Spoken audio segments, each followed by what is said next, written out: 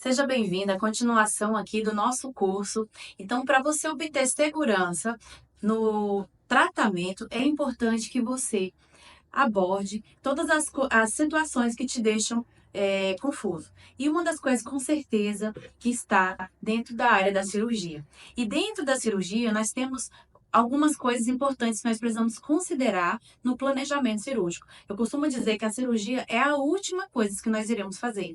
Antes disso, nós precisamos estar atentos à anamnese, ao tipo de medicamento que o paciente venha estar utilizando ou não, né? Se ele é um paciente diabético ou hipertensivo, se ele tem alguma complicação por algum motivo fisiológico, né?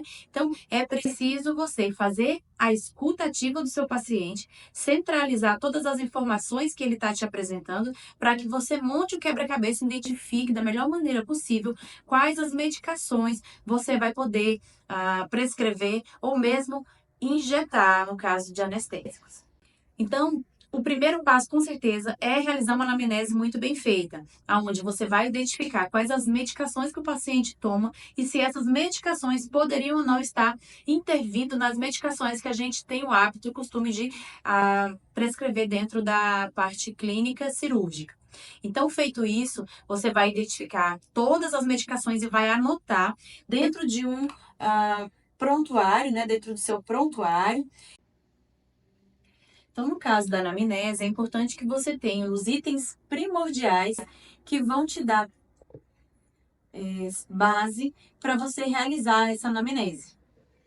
Então, no caso da paciente que vai realizar uma cirurgia, então tenha uma anamnese já específica para esse caso, né? Então, o que você precisa identificar, né? No meu caso aqui, eu coloquei se a pessoa fuma ou não, se ele tem alguma dor específica de outra região dentro da boca, se ele é um paciente que tem problemas cardíacos, qual que é a frequência cardíaca, de preferência, se você puder, tem um oxímetro. O oxímetro, você coloca, já causa uma segurança, o paciente vê que você está monitorando ele. O oxímetro já dá ali a oximetria e também a frequência cardíaca, então é maravilhoso. Então, no caso da anamnese, tenha sempre em mãos a utilização de tudo que você puder de aparato. Então, um oxímetro, ele dá ali pra gente, olha lá, a oximetria e o batimento cardíaco. É um ótimo instrumento, ele é acessível e ele já dá uma sensação de segurança para você e para o paciente que está vendo. Todo o cuidado e atenção que você está tendo com ele, essa monitorização ali é muito importante, né? Então, juntamente com isso, eu digo para você que com certeza identificar questões de pressão arterial também se faz totalmente importante, porque muitas das vezes os pacientes nos relatam que está tudo bem de saúde, que estão tomando a medicação e no final das contas tem uma pressão de 22 por 11. Então, assim, dentro da clínica, até uma pressão de 15, assim, é a limítrofe, de 15 por 9, por 10, ele já está estourando. Então, não passar disso, tá? Então, aqui ainda para exemplificar a situação aí de uma anamnese bem elaborada e bem feita, né? O que você puder lançar a mão, né? Um termômetro pode ser esse, pode ser um mais simples, né? Um que vai te causar ali o quê? A complementação mesmo desse exame, né? Físico, que vá trazer essa sensação de segurança para o paciente e monitorização da sua parte. Então, quando você documenta tudo, se tem lá na frente alguma questão, menor que seja, você tem como identificar, falar, não, ele não tinha problema nenhum no dia, ele não estava com infecção, ou enfim, não tinha alteração de temperatura, tudo isso para te resguardar enquanto profissional, né, dentro do teu planejamento. Então, seguindo aqui na nossa anamnese, né? Pergunta se o paciente está amamentando, se está gestante, se poderia estar, se ingere bebida alcoólica, né? Se fuma, se não fuma, se tem alguma doença, algo que ele lembre, ou algo que você não tenha citado, tem algo que ele queira acrescentar. Sempre deixa um espaço para o paciente acrescentar, né? Se possui alguma doença transmissível. Então, quando chega nessa parte respiratória, renal e hepática, o que eu faço para resumir, para não ficar tão grande, tão cansativo? Eu pergunto assim: tem algum problema no fígado, rim, coração, alergia? Eu já faço um apanhado geral, porque tudo que ele tiver, ele vai lembrar quando você fala assim, sabe? Quando você fala, você tem algum problema hepático? A pessoa nem sabe o que é hepático, o que que é isso? Agora, quando você traduz isso falando fígado, rim, exame de algum problema no sangue, já fez alguma cirurgia, alguma alteração fisiológica, sabe? Então, quando você coloca desse jeito, o paciente se lembra se ele já fez alguma cirurgia, né? Se tem anemia, se tem asma, diabetes, pressão alta. Então, são perguntas que você pode fazer, vamos dizer, de uma forma mais dinâmica, e assim o que o paciente tem, ele vai lembrar e vai falar para você, tá? Então, se tem pressão alta, então você já acrescenta qual que é a medicação que ele toma referente à pressão. E as medicações que ele cita para você, que você não sabe para que é, o que resolve essa medicação, anote todos os nomes. Coloque um do lado do outro aqui, e aí depois você vai fazer o quê? Vai pesquisar. Com certeza não vai fazer cirurgia desse paciente no dia que ele chega. Até porque, às vezes, se ele tem pressão alta, ou se ele está descompensado, por qualquer motivo que seja, você vai solicitar as imagens ou exames sanguíneos para, num próximo retorno, a gente pensar em fazer essa cirurgia ou não. Tá bom? Então, se ele tiver qualquer tipo de alteração, é na anamnese que a gente vai identificar se ele toma se ele toma alguma medicação de uso contínuo, seja ele qual for, você vai solicitar que ele relate isso para você nesse momento. E também se ele está em tratamento ou não. Se ele não estiver em tratamento, é até pior às vezes, porque aí é um paciente às vezes que está descompensado e que não tem nem conhecimento. Então, quando ele está em tratamento, às vezes é melhor, porque daí ele já fez exames recentes, né? Você solicita de quando são os últimos exames. Então, isso tudo vai te causar segurança para identificar se esse paciente está, por exemplo, com uma glicose elevada, o que pode, com certeza, causar uma síncope durante o procedimento do paciente, que é o que a gente não quer. Então, identificar né, o limite ali de uma. Acabei de falar, né? O limite de uma glicose ali seria estourando 105, 110 já no auge ali, tá? Mais do que isso, realmente eu não indico fazer essa cirurgia quando está descompensado por qualquer motivo que seja. O ideal, nesses casos onde você identifica que o paciente está descompensado, é fazer uma cartinha junto ao clínico geral. E o clínico geral, ele mesmo tem essa capacidade de autonomia de identificar qual que é o problema do paciente e encaminhar para o médico a especialidade mais adequada, né? Se é problema relacionado aos problemas circulatórios, então você pode encaminhar para um cardiologista, né? O fato é, sempre tente identificar na anamnese se o paciente está descompensado ou não. Se ele não está descompensado, né? Você vai ver pelos seus exames ali básicos, se ele relata que está tomando a medicação, que faz tudo certinho, que em casa ele afere a pressão, dá sempre tudo certo, então é um paciente que ele pode sim passar pelo procedimento de uma forma tranquila. Agora, se ele toma antiagregante plaquetário, precisamos solicitar exames de sangue para identificar se essas plaquetas elas estão boas ou não. Caso contrário, se não estiverem boas, você vai encaminhar esse paciente para o cardiologista e explicar a necessidade da remoção daquele dente pelo foco infeccioso bacteriano que se encontra ali naquela região. Você não precisa mandar uma carta tão específica para o clínico, para o médico, cardiologista, tendo em vista que ele não é dentista, ele não vai entender se você falar, quero fazer uma exodontia no elemento 26. Para ele, tanto faz o que você quer fazer. Você vai dizer assim, quero fazer remoção de um foco infeccioso dentro da boca. Pronto, para ele é isso que ele quer saber. Tem infecção ou não tem? Tem. Então, isso daí tem risco para a questão cardíaca. Então, ok.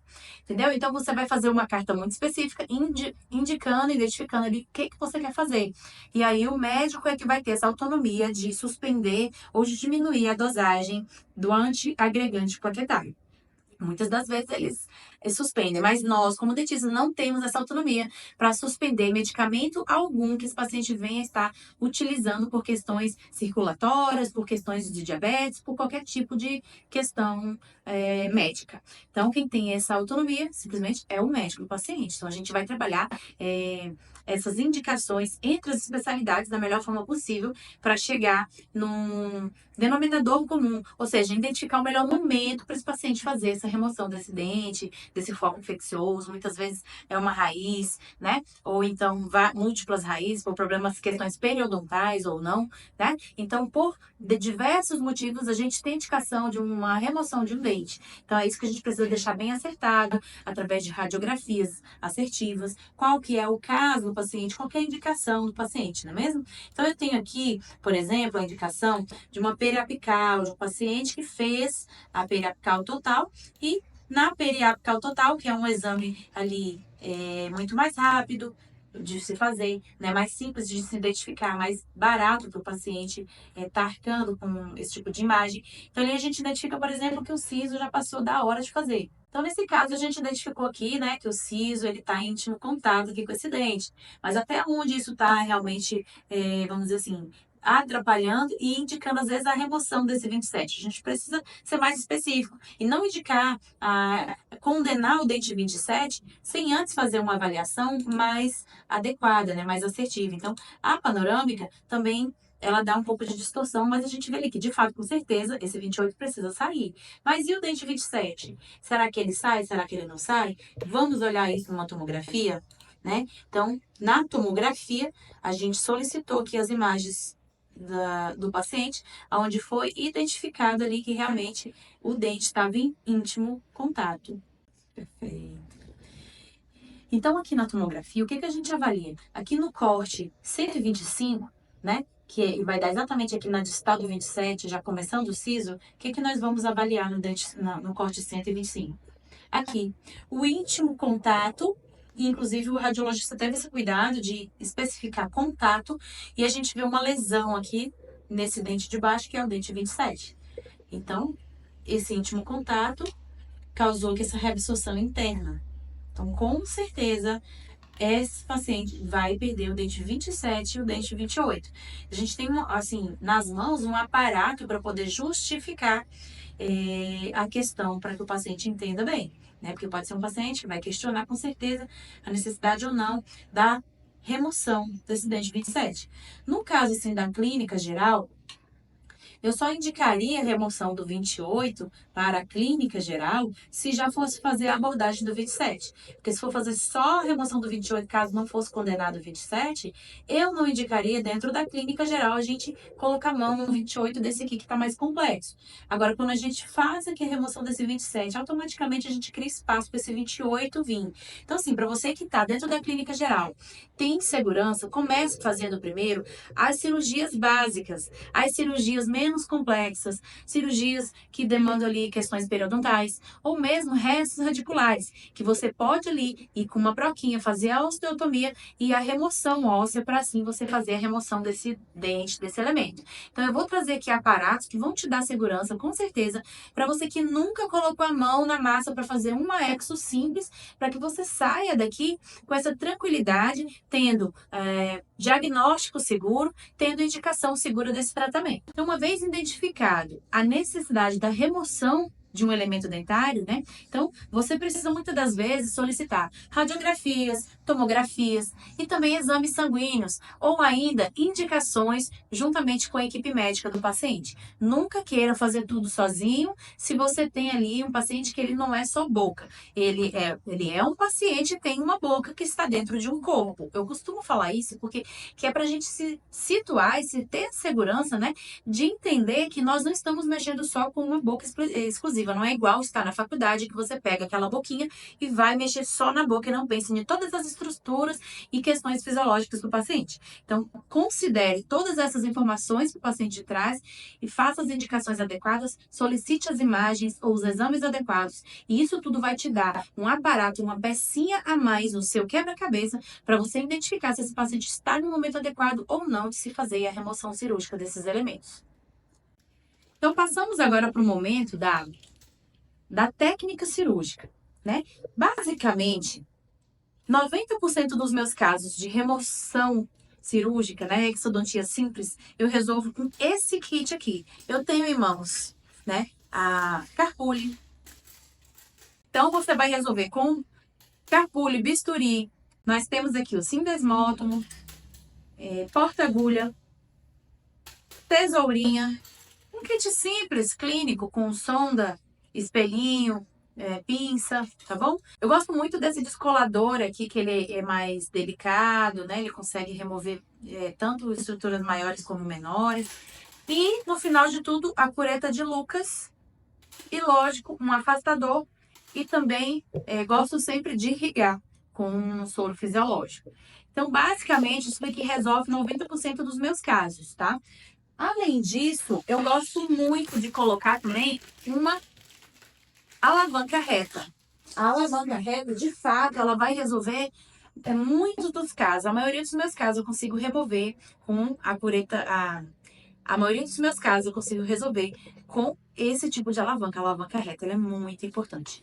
Além disso, eu diria para você que está começando agora, tenha 4 fórceps. Fórceps número 1, 18R, 18L e o 151 para dentes inferiores. 18RL para molares posteriores. O 150 também ajuda na região dos premolares superiores. 151 para a região dos premolares inferiores.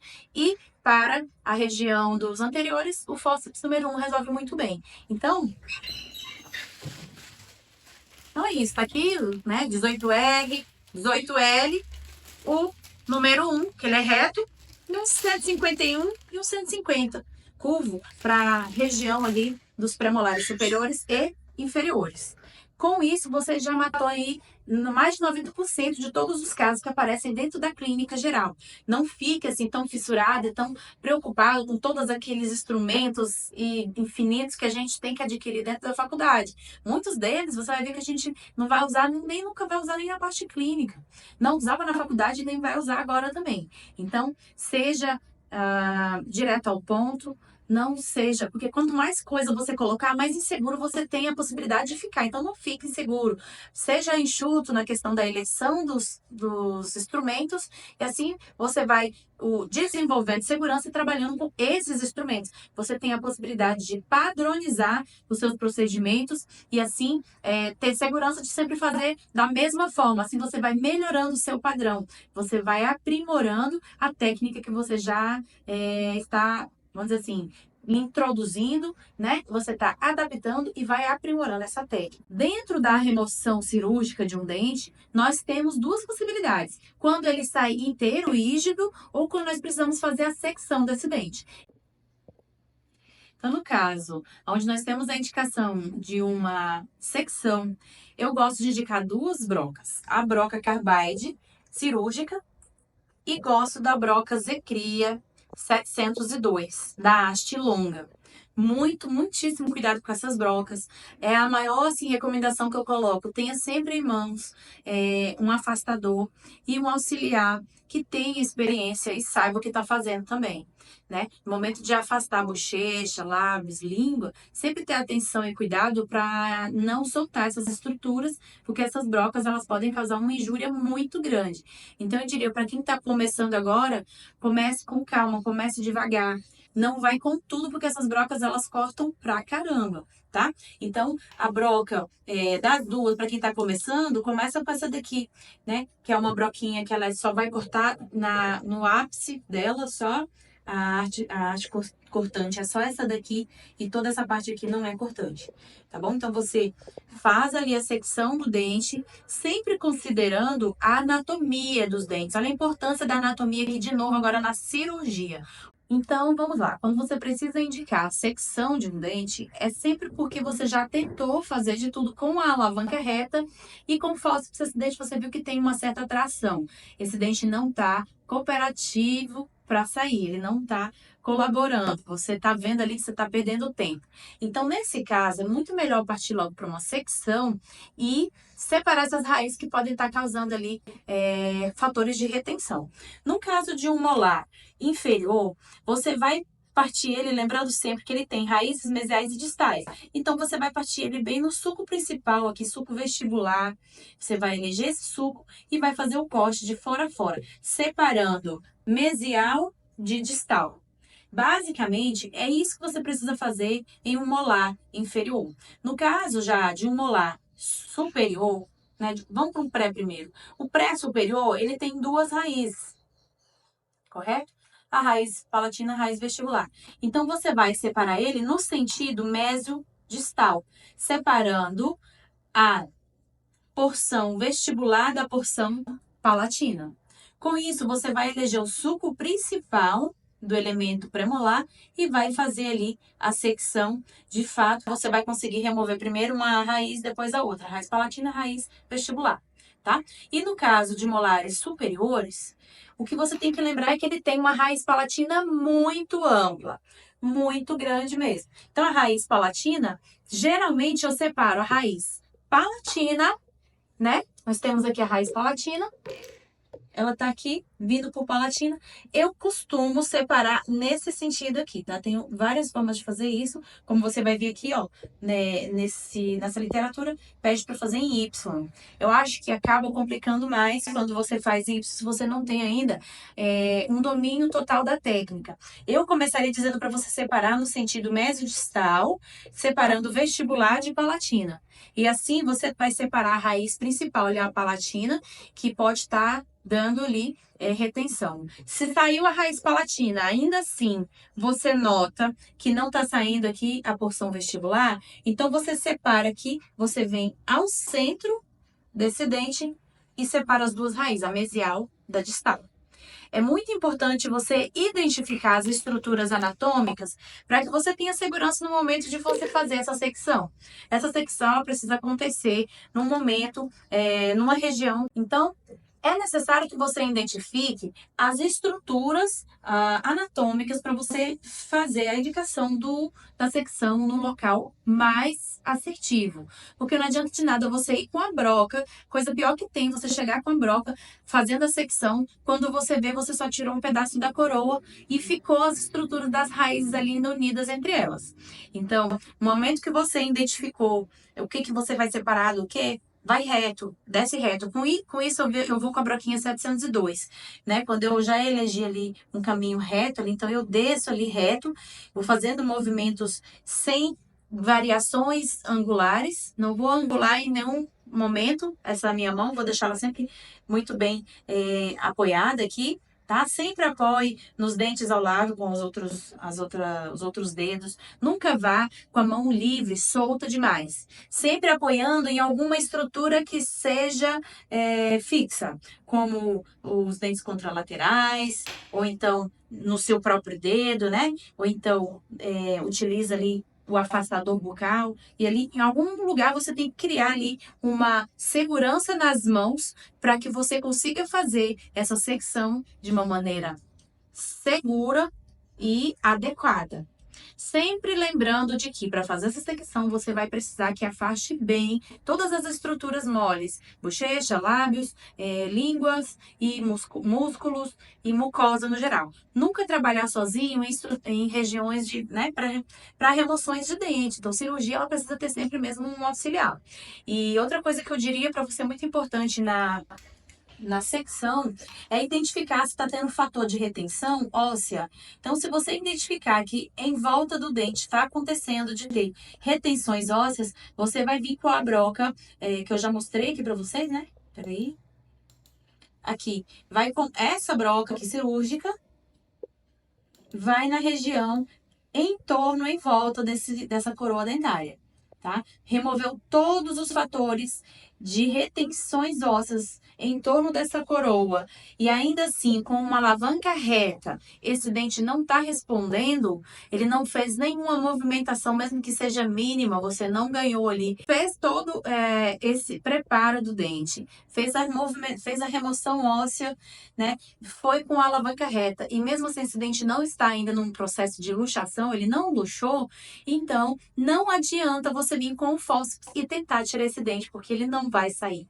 A primeira coisa que você precisa entender é que para tirar dente não é força, é jeito. Então, tenha sempre em mente respeitar as estruturas anatômicas do paciente e também identificar que nem sempre aquela força que você está aplicando é a mais adequada ou a mais indicada naquele momento, né? Então, se você está fazendo uma força ali com a alavanca reta na região distal ou mesial desse dente, né? E movimentos circulares, e ainda assim esse dente não luxou, você pode recorrer à radiografia periapical, identificar que às vezes esse ápice dessas raízes elas estão convergentes ou ainda tem alguma estrutura, podendo ter ainda variações anatômicas ou estruturas ósseas compactas, o que podem também prejudicar essa luxação. Nesse caso, você vai partir para a secção. Sempre lembrando, se é um molar inferior, você vai separar uma raiz mesial da distal. E se for molar superior, você vai separar a raiz palatina do restante das outras duas raízes. Assim você consegue, depois que você fizer a secção bem no meio ali desses dentes, você consegue, com uma alavanca reta, né? Você vai com a alavanca reta e faz um movimento circular mínimo. Você vai, avisa para o paciente antes para não assustar. Sempre conversa muito com o paciente. Olha, você pode ouvir um barulhinho, vai fazer crack, porque vai realmente terminar de quebrar lá na base ali do assoalho, ali na divisão entre essas duas raízes, né? Ali na furca. Então, a região de furca a gente consegue ali uma fraturinha mínima, crack. Aí você consegue, vem aqui pela mesial, pela distal, e você vai girando aqui essa alavanca e esse dente ele vai ter condição de subir. Ele movimentou, aí você vem, pode vir até com no 151, que seja, você vai pinçar essa estrutura e depois pinça essa outra estrutura. E remove esse dente sem maiores prejuízos, sem grandes dores de cabeça. Então é importante estar atento para calcificações pericoronárias, pericementites, né? E geralmente 5% dos casos de retenção realmente são esses, assim. A maior probabilidade de retenções são realmente anatômicas por questões ósseas ou de raízes mesmo, de anatomia das raízes dos dentes. Então, tenha sempre em mente observar, avaliar através da radiografia, para indicar o instrumento mais adequado, qual que seria a broquinha mais adequada, e sendo sempre muito conservador nessa remoção óssea e dentária também. E lembrando que nós temos estruturas muito próximas aqui da raiz, né? No caso da mandíbula, nós temos aí um nervo alveolar inferior, que é importante que a gente se atenha para essa questão anatômica. No momento que você fizer o seu planejamento de osteotomia ou de odontosecção, identificar quantos milímetros esse nervo alveolar está passando de distância desse dente. De fato, é muito seguro quando você faz o planejamento adequado. Vamos dizer aqui, uma coroa dentária, ela vai ter no máximo ali uns 9, 10 milímetros de altura. Então, não passe muito além dos 10 milímetros de altura. Não tem necessidade. Quando você está entrando com a sua broca para fazer ali essa secção, né, que essa broca está entrando demais, comece a desconfiar, se não é o caso, às vezes, de ir com outro instrumento, tá bom? Então, para identificar melhor isso que eu estou falando, você vai vir com a broca até, no máximo ali, um pouco aquém. No caso de um premolar superior, é mais tranquilo porque nós não temos estruturas adjacentes a essa raiz. Aí, tudo bem, tá? Então, você vai descer com tranquilidade aqui a altura de broca aí quase que total. No caso de um molar inferior, que é a situação aí que nós estamos, né, abordando, então, no caso de um molar inferior, nós estamos abordando a questão da proximidade com o nervo alveolar inferior. Tenha em mente, descer no máximo uns 10 a 12 milímetros de broca já é suficiente para você causar ali a secção dessa coroa dentária. Não tem nem o porquê, nem tem lógica você ir até a região de altura de raiz, tendo em vista que a coroa, ela encerra aqui. Então, você vai no máximo aqui, vai ter um momento da sua vida que você já vai sentir ali, com a broca você consegue, vamos dizer assim, sondar o que é dente e o que é osso. É diferente a estrutura de dente, a diferença e a estrutura de osso. Então, é diferente. Mas enquanto você não tem, assim, esse olhar, essa digital para identificar isso, desce ali uns 10 milímetros, nem que depois você venha com a alavanca reta e faça o movimento circular em torno ali do mesmo eixo, né, do instrumento. Então, ao longo do eixo do instrumento, você faz movimento circular para terminar de fraturar essa região aqui entre duas raízes, região de furca. Então, termina de fraturar com segurança esse dente aqui com essa alavanca reta e assim você tem como fazer a remoção de cada fragmento desse dente individualizado, separado. Assim você aumenta a sua segurança para não chegar próximo ao nervo alveolar inferior. Garante ali uma odontosecção segura, a remoção desse dente com mais agilidade e também se expõe o paciente em menos tempo ali de procedimento, transfere menos força. Com certeza, um paciente que tem a indicação para odontosecção, se você ficar tentando ali na força e na pressão, vai causar mais injúrias ao tecido mole, ao tecido ósseo. Esse paciente com certeza vai ter um pós-operatório mais complicado. Então, identificar as técnicas mais adequadas vai te trazer uma segurança e com certeza um pós-cirúrgico muito melhor para o paciente. Feito isso, né, nós temos que ter em mente sempre o acompanhamento com esse paciente. Então, você vai fazer a prescrição medicamentosa e acompanhar esse paciente no dia seguinte. Liga para ele, manda mensagem, pede para a secretária ligar e identificar como que ele passou as primeiras 24 horas. Se é algo muito diferente, se for relatado nas primeiras 24 horas, não seja negligente no que o paciente está relatando. Peça para que ele retorne na clínica e avalie no olho a olho ou, né, de fato, indique, caso seja necessário uma coisa mais séria, enfim, uma equipe de bucomaxilo, o que geralmente isso não acontece quando a gente faz isso dessa forma, com segurança, com um procedimento seguro, adequado, com medicações assertivas, com um plano de tratamento. Você já indicou que esse paciente está com um momento adequado para fazer essa remoção desse dente, né? Através das imagens, através dos exames, nós identificamos isso. Então, solicita esse acompanhamento para identificar qualquer problema, qualquer alteração que o paciente venha ter, que seja pós-cirúrgica. No caso de alguma complicação, o que você precisa identificar, né? E nós sabemos que tem todo o processo natural, que às vezes vai causar edemas pós-cirúrgicos. Mas o que foge muito do normal, a gente precisa acompanhar. Então, se for inchaços demasiados, ou mesmo questões hematológicas, perdas sanguíneas exageradas, tudo isso vai ser necessário que você reavalie esse paciente o mais breve possível, tá bom? E se for, por exemplo, você está viajando, né? Não faça, para começar, não faça cirurgia em véspera de viagem que você vai fazer. Véspera de feriado também é um pouco complicado. Se você for se ausentar da cidade, caso você esteja na cidade e não veja problema de acompanhar o paciente no outro dia, esteja na cidade, caso haja intervenção. É importante ter isso em mente, é importante eu falar isso para vocês, porque pode acontecer sim. O paciente fica com dúvida, às vezes não é nada demais, mas ele tem dúvida, ele gosta de ser acompanhado e é preciso fazer esse acompanhamento no dia depois. Então, identifique todos esses percalços para fazer essa indicação da melhor maneira possível, né? Para que você não tenha problemas depois. Então, se o paciente retorna com febre, com alguma coisa, alguma alteração, desconfie sempre das questões fisiológicas que o paciente relata. Então, das duas, uma, ou você passou um medicamento de baixo espectro para o caso, né? Ele vai precisar trocar um antibiótico, ou esse paciente está oferecendo algum tipo de resistência bacteriana mais séria que precisa ir para o hospital fazer a injeção do antibiótico via intravenosa. Então, o mais importante é que, se aconteçam complicações, você consiga identificar o quanto antes possível e também fazer o encaminhamento desse paciente o quanto antes possível. Então, faça sempre o relatório, caso necessário, para que a equipe de bucomaxilo do hospital próximo da clínica, né, consiga identificar o que foi feito. Nesse caso foi feito tudo correto, foi feito tudo certinho, o paciente está tomando a medicação adequada.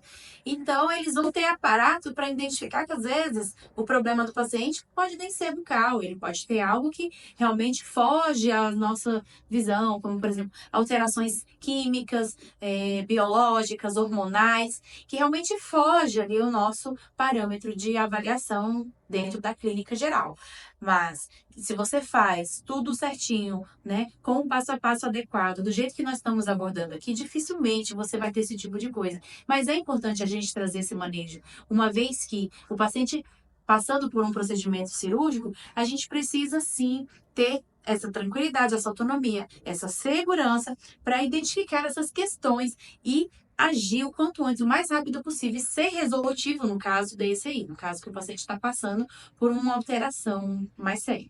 Por isso, se faz necessário acompanhar o paciente nos primeiros 3 dias ali pós-cirúrgicos, identificando qualquer situação complexa, qualquer alteração que você vai ou resolver dentro da clínica, mesmo que às vezes pode estar acontecendo uma infecção, ou pode ser alguma coisa mais complexa, como às vezes já citei aqui, né? A necessidade da indicação de uma medicação intravenosa.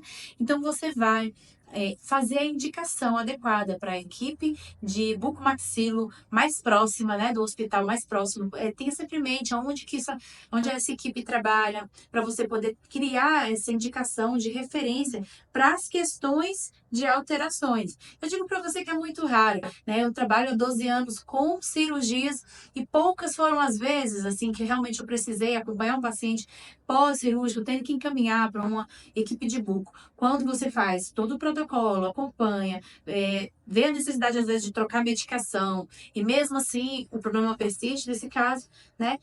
Tenha sempre em mente mesmo uma equipe de referência dentro da sua cidade para onde você possa indicar esse paciente no caso de alguma alteração mais séria. E lembrando que é muito importante você mostrar para a equipe de saúde, né, a equipe bucal, a equipe bucomaxilo, que você tomou todas as precauções, fez tudo adequadamente, manda a radiografia, manda o relatório, qual foi a medicação que o paciente tomou, para que a equipe entenda que esse paciente foi muito bem assistido enquanto ele passou por você, né? Para coisas que fogem mesmo da clínica geral. Então, dentro das indicações anestésicas, eu vou dizer para você que dentro da clínica geral a gente resolve a maioria dos casos quando a gente coloca um mesmo protocolo. Então, vamos dizer assim, 90% dos meus casos, realmente eu gosto de indicar a mepivacaína. A mepivacaína com epinefrina, que é essa daqui, 2%. A mepivacaína, além de agir por um período de tempo maior dentro do tecido, né, ela permanecer com muito mais tempo, ela, por ter ali a epinefrina, ela causa ali uma... Então, a epinefrina, ela já causa essa vasoconstricção. Então, você ter um acesso aberto ali, limpo, seco, sem grandes quantidades de sangue, é muito importante. E vai diminuir o seu tempo de cirurgia e vai aumentar o tempo de tranquilidade pós-cirúrgica do paciente. Então, eu indico muito essa, né? Agora, lidocaína para casos, por exemplo, de adolescentes, de crianças, de gestantes. Então, eu indico a lidocaína com com epinefrina, essa daqui, a lidocaína com epinefrina.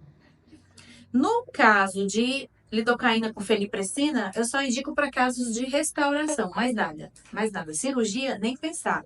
Felipressina, ela não tem ali um poder de vasoconstricção. Então, não indico nenhum tipo de anestésico com felipressina para remoções cirúrgicas.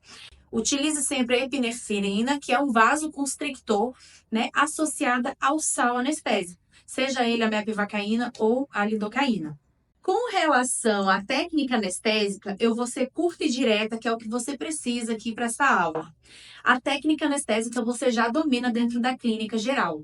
Você vai fazer sempre ela de bloqueio regional quando for. Você sempre vai fazer bloqueio regional quando for região de mandíbula. E vai fazer infiltrativa quando for região de maxila. E sempre quando for região de molares, você vai também no... Se for região de premolar, você vai... você pode vir aqui mesmo, próximo das raízes, porque aí você já pega uma estrutura do forame palatino maior que está chegando já na região aqui dos premolares. Então, você não tem necessidade de ir lá no forame palatino maior, mas aí você pega a inervação que está passando por aqui, que saiu do forame palatino maior. Então, vai aqui na região do premolar mesmo. E se for anterior, você vai no forame nasopalatino. Faz essa complementação, porque a gente sabe que se você fizer só infiltrativa, você está fazendo o bloqueio só da região ali de mucosa e muitas vezes periodontal você não pega. Então, esse aqui é o zezão e hoje a gente vai anestesiar o zezão. E eu vou demonstrar essa técnica para vocês, a técnica indireta da anestesia. Vamos lá, acompanha comigo aqui. Então, o zezão precisa fazer aqui uma restauração média, uma restauração não é pequena, vai ser grande aqui nesse molar inferior.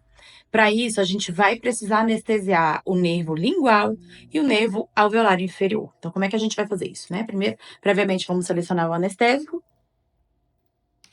A agulha para a região mandibular precisa ser uma agulha longa. E aí, nós iremos apalpar aqui algumas regiões que são determinantes para a gente identificar onde que essa anestesia vai ser injetada, tá bom? Primeiro que nós temos aqui o ramo ascendente da mandíbula, que é esse ramo aqui mais externo. Vejamos aqui nesse outro modelo. Aqui, eu tô falando desse ramo. Precisamos apalpar e identificar o ramo ascendente da mandíbula. Temos ainda o arrafe pitérico mandibular, que é uma linha que passa na região de dentro da mandíbula, aqui nessa região aqui. Voltamos de novo aqui nesse manequim. Aqui nós temos a ráfia pitérico-palatina, pitérico-mandibular. Aqui nós temos a ráfia pitérico-mandibular. Então, nós precisamos identificar essa estrutura primeiro. Viemos com o dedo aqui para sentir aqui, então, esse ramo ascendente da mandíbula e a ráfia pitérico-mandibular. Feito isso, a gente identificou aqui a região.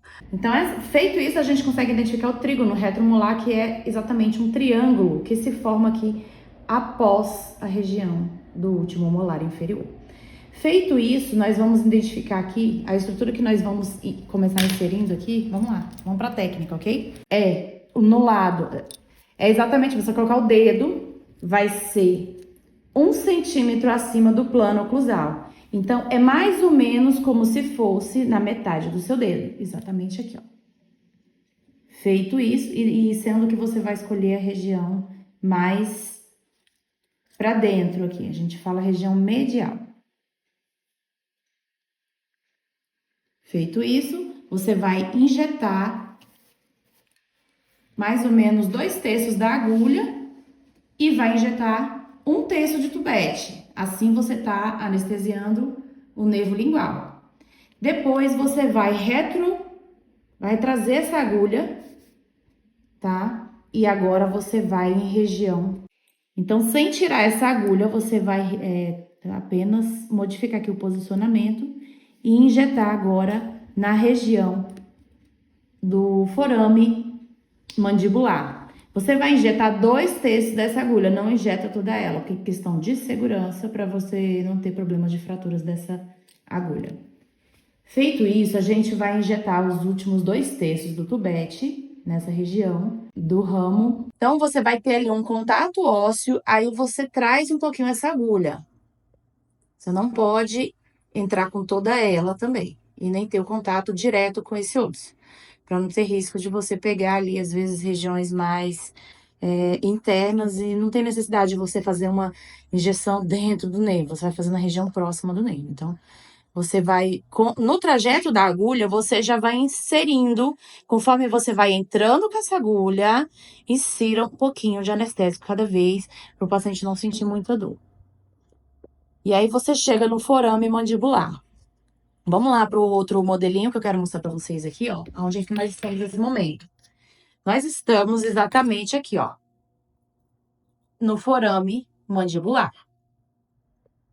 E aqui, esse anestésico que está sendo injetado nessa posição, com a carpule mais paralela possível aqui a essa mandíbula.